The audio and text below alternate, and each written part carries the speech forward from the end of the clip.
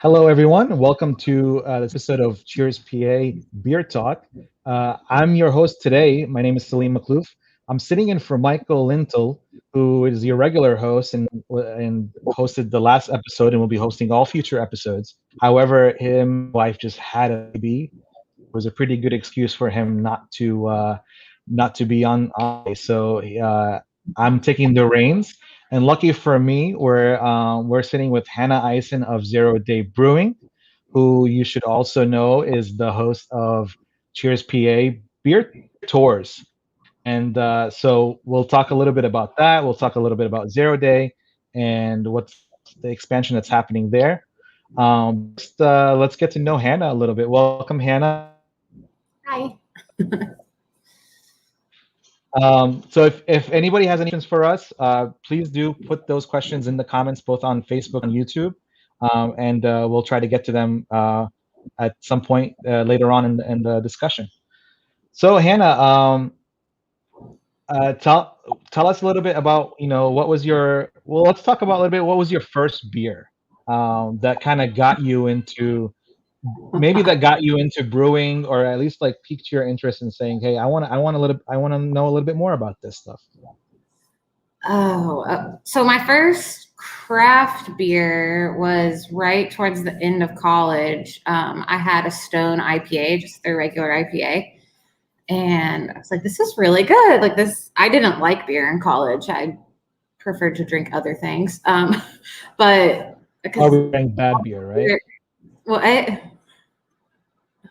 yeah, Or we all the just beer, drank bad beer in college. yeah, Yeah. right, just bad. I mean, just domestic beer. I don't know. Cheap beer. But so I really didn't like it. And then I had a Stone IPA, which had all this flavor. And I was like, this is actually really good. I could start exploring this. And I went to school in Lexington, Kentucky, UK, the University of Kentucky. And two breweries had popped up right then the year that I graduated. And I started checking out Country Boy Brewing Company, who has since expanded immensely. But it was a really like non-pretentious introduction, I guess, to craft beer. Like I had no idea what I was doing, and everyone there was just like super friendly and really helpful with like helping me find like what I liked and just explaining the process to me. And so I found it super interesting and also delicious. And they brewed right there in the tap room, or right where in the same location as their tap room. So you could kind of peek in and see what was going on. I thought that was really cool. And then that year I moved away, I moved out West. And so I moved around a lot those first couple years after college, working in politics. And so every time I would go to a new place for a new campaign, like I would always go to the brewery first to try to like get a feel for the city or the neighborhood and like just kind of hear from them about other places to explore and things to do. So breweries were kind of my like jumping off point to every new community that I found myself in. And before I moved to Harrisburg, I lived in 5 different states the past like 2 years before that. So I really did move around a lot. And that was just always kind of my central place, was a brewery. Yeah, that makes you the for beer tours, I think, because you kind of already have that spirit of going to a new place and kind of having the brewery as the central location from which you kind of explore the rest of the town and kind of get to know the town's culture and the people, which is what we do with beer tours. Just kind of exploring Pennsylvania's different trails and all the different areas, but starting with the brewery kind of as our send point. Tell me about like Zeroday. Like, how did you get involved with Zeroday, and when did you kind of become production manager there and head brewer? Yeah, so it's kind of the same story, I guess, with like finding that place as the central jumping off point or whatever. I moved to Harrisburg and I didn't know anybody. And I was actually working a job in politics across the street from Zeroday's original location. And I lived a block away too. So it was right there on my way to work and on my way home from work. And naturally, it's where I found myself. And I talked to people there, you know, about what to do in town, what different publications to tune into, like who to follow for on social media for recommendations and things like that. So I immediately found like friends there and just a strong sense of community. They had been open for about 6 months at that point. So they were really getting into the groove of things and cranking out some good beers. So I initially was a patron there for a while and probably spent too much money there. But after about a year of living here, I took on like a part-time job as a bartender, just one night a week. And then I was kind of looking for something new, I guess, with my career. And I had been asking a lot of questions and just really kind of trying to understand the technical side a little bit better since I was picking up more bar shifts and, you know, just selling the product. I wanted to be as knowledgeable about it as I could. So they were actually looking for an assistant brewer to help brew, and they approached me about the opportunity, and our owner and brewmaster took a chance on training me, and I did like an in-house 6-month training program and was able to start brewing on my own after then. And, you know, we've just kind of done it as a small team this entire time. And, you know, now we're growing and expanding and going to be onboarding some more people. So that's just kind of naturally how the production manager role, I grew into that. I was going to, you know, not just be managing myself. So, and I think we want to talk a little bit more about the expansion. You know, you guys that are going under it. It's great that you've kind of, you know, not necessarily been part of the team, but been part of, you know, the scene with Zeroday from when they started, at least 6 months in, and kind of seen their growth. But before we get to that, I have a couple of fun questions I wanted to ask you. So one is you know, kind of in your early, you know, stages of brewing, is there any brewery fail that out that you feel like you learned a lot from, or that, you know, you can go with people? oh man. Or has it been perfect? Has it been perfect from Oh the gosh, start? no, it's not perfect at all. And I think that's one of the reasons why I love doing this so much is because the idea is that no brewer is perfect, and you're always constantly learning from your mistakes and from other people who have, you know, paved the way before you. The best brewers are, and the people who've been in it the longest, I mean, they will tell you they are always learning too. There have been so many days when you walk in and like something is broken and things just go wrong. So off the top of my head, like I can't think of like the biggest thing.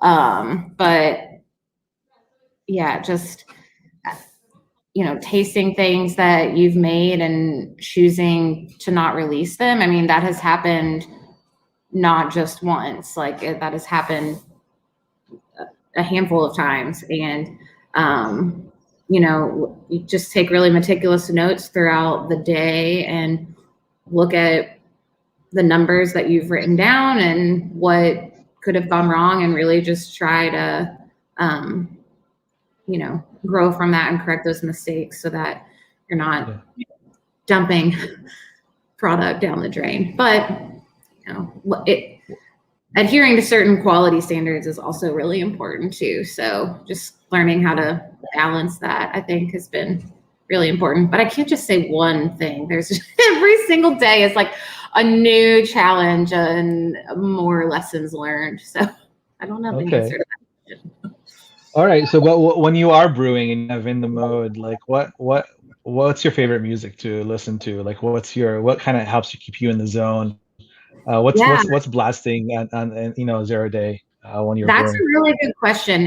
And honestly, it's like something different every day. I mean, I really like something that's upbeat and like happy vibes, but like older rap sometimes. And other times it's like Chainsmokers radio. Like sometimes sometimes I'll even listen to like modern country. Like it really depends on like how I'm feeling that morning and what I Does it think the depend on the beer? Does it depend on what kind of beer you're brewing? here. I mean, beer is like a living organism, a living thing too. So I know actually some brewers who have figured out ways to like put headphones, like speakers on different fermenters and like have the beer listen to the music while it's fermenting. Uh-huh. Well, I haven't messed around with that. I'm not like I'm not good at technology. Yeah, But I've heard of that being done with there's actually a place down in your old neck of the woods in Kentucky. I think Copper and Kings. I think they play music down in there where they age their spirits, yeah. and I think they're always playing like 90s rap or something. I'm not exactly sure what they Ah, play, but it's that's always the awesome. same music that they're playing, they're blasting, and That's they claim that awesome. it has some, there's something with the beat, it helps the process. So yeah, I've heard of that done before. So it'd be an interesting experiment to do, like to do the same beer but listening to Mm-hmm. raising different music, so to speak. Absolutely. Um, so speaking of that, like what was the last beer that you had? I guess I don't know if it was today or if it was yesterday. What was the last beer that you had? Well, And I'm actually having a beer right now to, help with okay, the going live. No, well, we were doing a beer talk, so I thought I would have to have a beer. it makes sense. Yes. But this is our most recent IPA. We do like different experimental IPAs as do most breweries. This is Zeroday IPA episode 27, and it's delicious. It's my favorite beer that we have right now. I really love the hop combination in it. We've used Chinook, which is a really fun, like piney hop that plays off of the more like citrus notes that we also have in there too. So it's definitely my favorite thing that we have right now, and I'm trying to drink it while it's fresh. I'll keep that rotating. I brewed a session IPA. I brewed another IPA, so episode 28, 2 days ago. So in a couple weeks, we'll have another IPA coming out that's totally different from this one. But right now, that's what I'm enjoying. I'm gonna have to ask Ken of the session, because session is my favorite. I love session IPAs. So Yeah. I'll have to ask you for a can when we do our next episode Oh yeah. for beer tours. So and if it was the last beer that you would ever have, like kind of your last meal but your last beer, what would that be, and why? I think I'll have to bring it back to Stone just for a few different reasons. I mean, Full quality, circle. like yeah, bring it back full circle.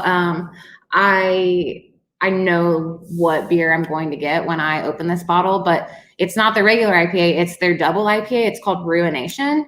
And it's, first of all, if it was my very last beer I was going to ever have, I would want it to be something kind of strong.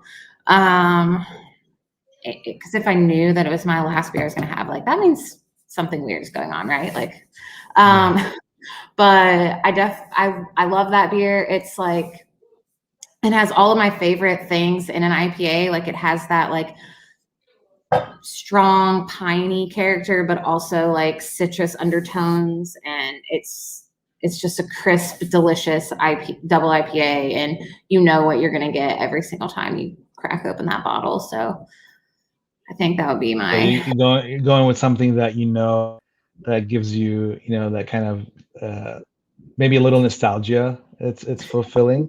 Yeah, So the a little bit from home.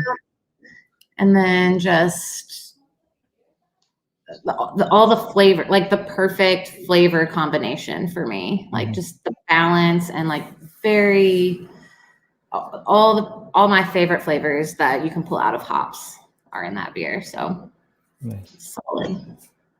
So what's your favorite beer that you're brewing now or that you brew at Zeroday? Maybe it's not brewing right now, but like that you generally brew at Zeroday. My favorite beer to brew. I don't know. I mean, I think that I love brewing lagers. They're my favorite beers to drink. They take a little bit longer time to ferment, but they're really fun to brew because they are very technical. There's not a lot that goes into a lager, so you really don't have a lot to hide behind. A well executed lager is, a testament of a great brewer. So I'd say that's probably one of my favorite things to brew, just because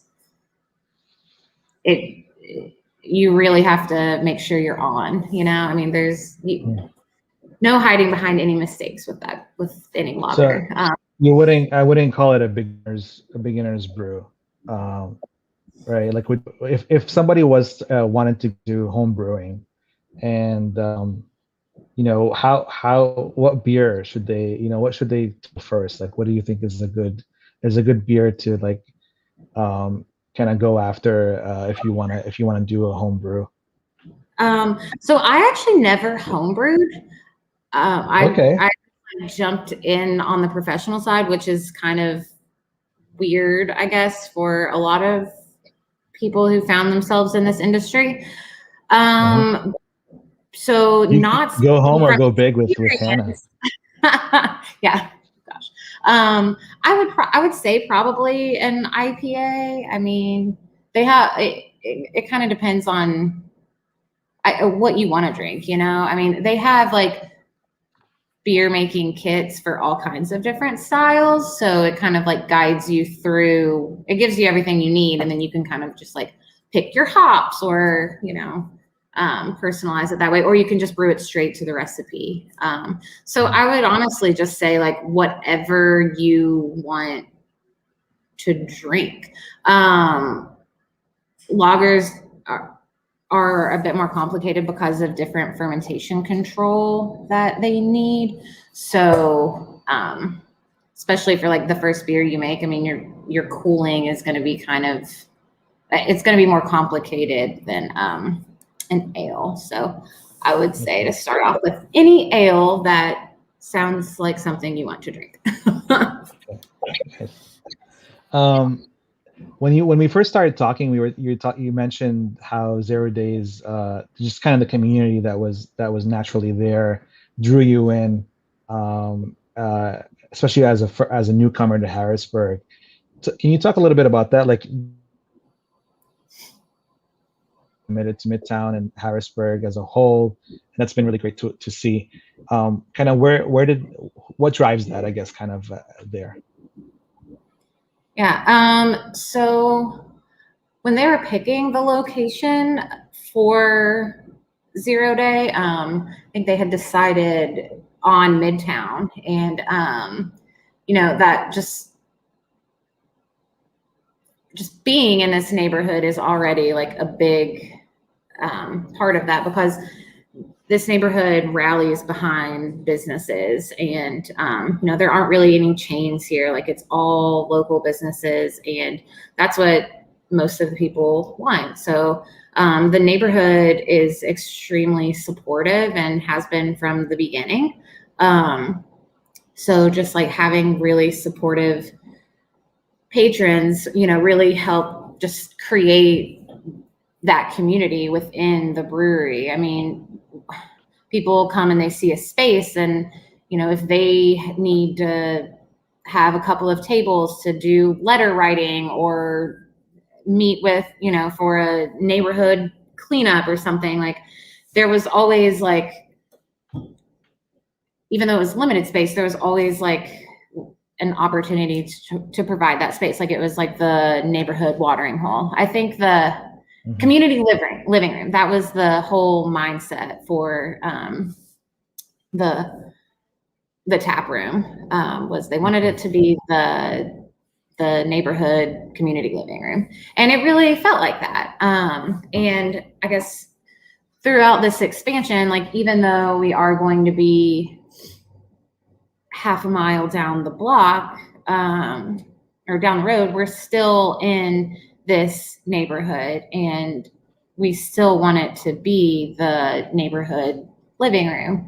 And we've kind of like looked at things that we were missing in the original space, and to make that an even more comfortable living room, and made sure that those elements were there. Like we were getting a lot of requests for, private events, and we just really didn't, the way the tap room was set up, there wasn't really, like we could accommodate like, okay, here's a few tables set aside, but it was really hard to provide like a private setting while we were open. You'd have to shut place. So this new tap room, it has like an extension of the tap room is a whole other room that can be closed off by a sliding door. And it can accommodate like 60 or 75 people, something like that. So, and then there's all kinds of like mixed seating, like couches and fireplaces, and then like standing rail, like, and then a big long bar, which hopefully we'll be allowed to sit at soon, and different tables with, regular chairs and an outdoor fire pit. Like there's just all kinds of mixed spaces so people can change their space or get comfortable and, find what works for them. So those were just, a couple of elements that we thought were missing from this living room that we've tried to move down the street. And I'm sure that's helped now too, kind of expanding that space, able to have more people without, reaching capacity with all the COVID restrictions that we have to operate under. Tell me a little bit more about the expansion, not just of the kind of the space for customers, but also of the brewery itself, and how that has grown into the space. I think the space that you were sitting in, you said, is in Town Cinema. Kind of, a little bit about that partnership and how that's all come together. Yeah. So our original tap room is now full of fermenters. So like when I put beer in there last night, I was putting it in right on top of, one of the 4 top tables where that used to be.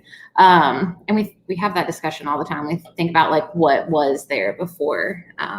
It's not out of our minds, but that space has allowed us to expand our production capacity. So we were able to get a bigger brew house with a little bit more, not automation, but just a little more efficient brew house, I guess. Okay. So we're not working as many hours to make the same amount of beer.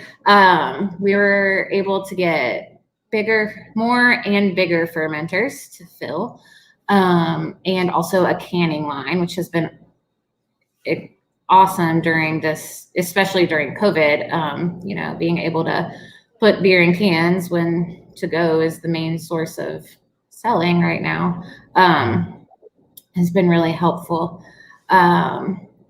So yeah, and then we're also it's already there.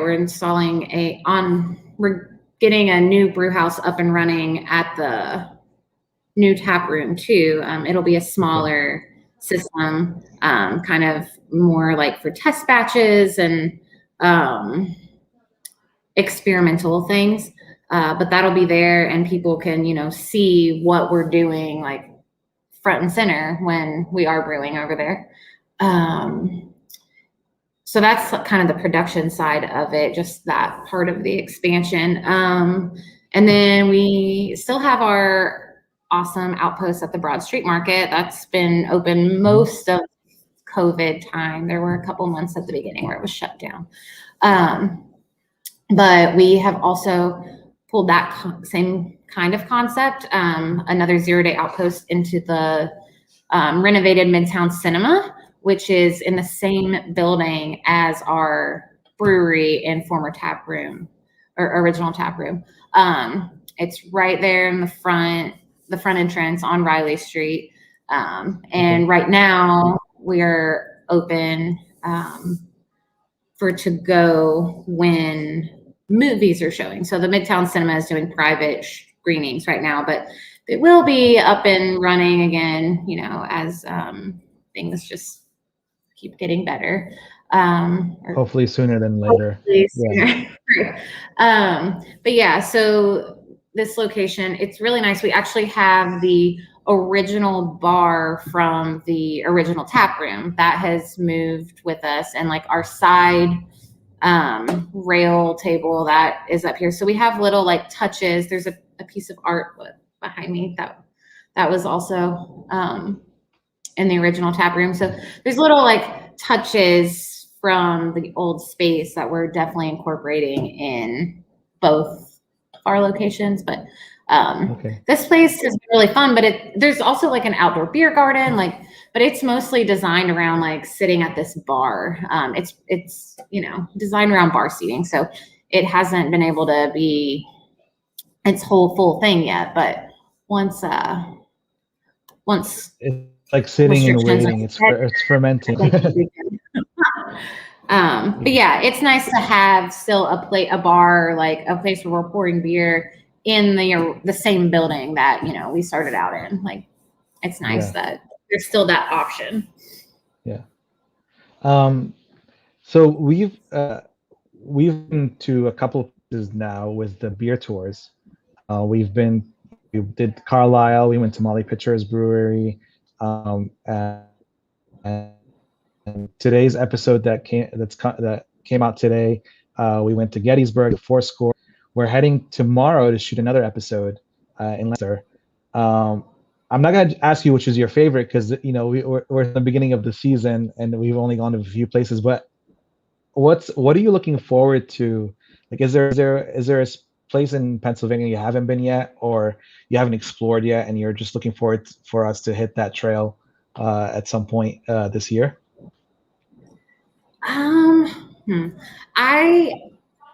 I think I'm really looking forward to getting up to Erie. I've spent like 2 hours there, maybe. One of my closest friends is from there, and she lives up there, and we met there and drove to Chicago together.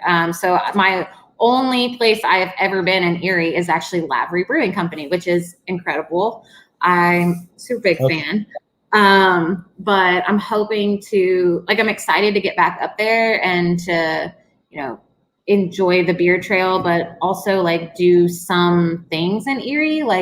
There's a national lake seashore up there, I think. Mm-hmm. And, it looks like that part of the state just seems very different from our part of the state as far as just the terrain and the weather. I'm really glad we're not there right now because it's just give that all that effect snow. Constant snow, but constant snow is just normal for them every winter. So for 5 months of the year. So I think I'm excited about that because it's probably one of the places I've been to the least. Well, no, I haven't done a lot in Pittsburgh either, though. So that'll be cool. Erie will be interesting, and I think Erie will be interesting. And if we have any listeners Erie or people watching this, you can let us know, where to go. What we shouldn't miss. We're up there. I guess my final question is just going to be a little bit about. So can you talk a little bit about the Broad Street Market Outpost? You said is it open at the same time that the market is open? Yeah, we open at 10 a.m. just because that's when we're allowed to start selling alcohol. So we're not open as soon as the market opens, but we are open until the market closes. Thursday, Friday, Saturday, 10 a.m. until close, all 3 days. And you can usually find Matt there pouring beer.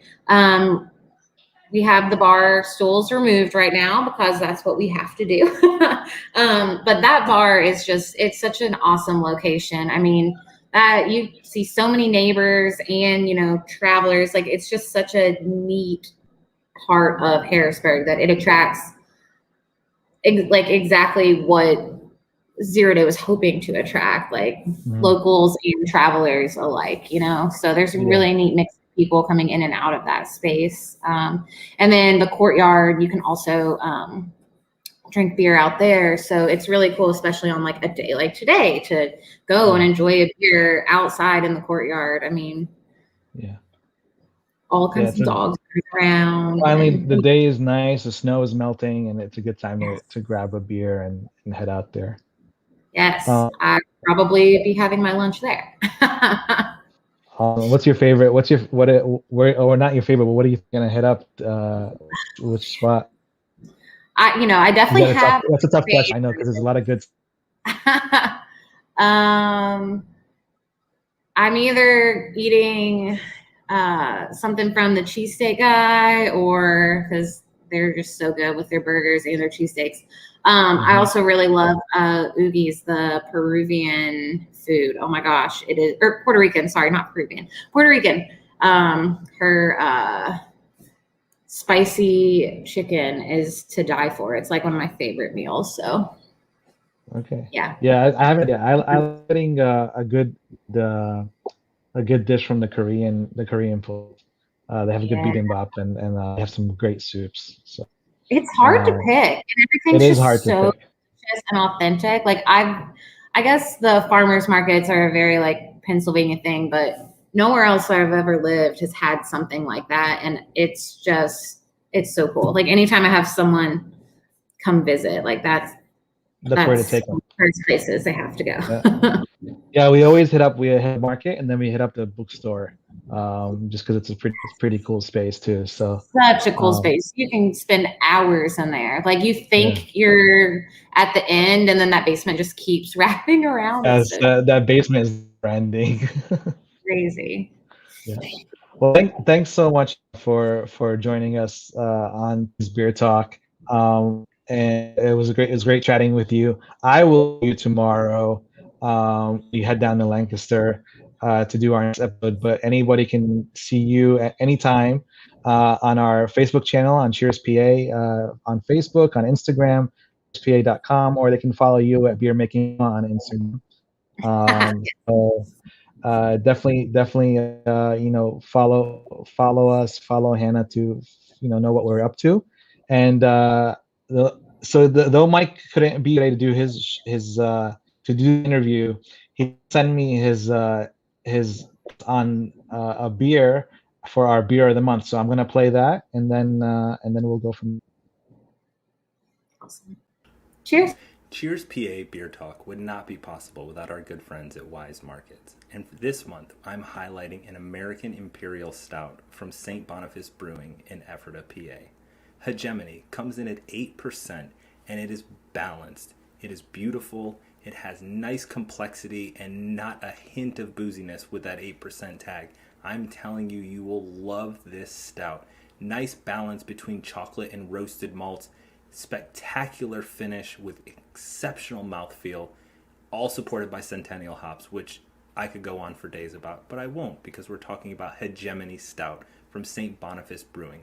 Find this beer wherever you can, and look out for their annual barrel-aged Hegemony, which is their anniversary beer, spectacular in its own right.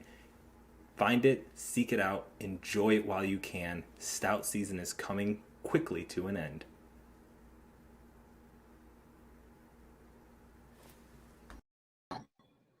So that's the Hegemony Stout. It kind of made me hungry, so I think I'm gonna go find a beer and have some lunch.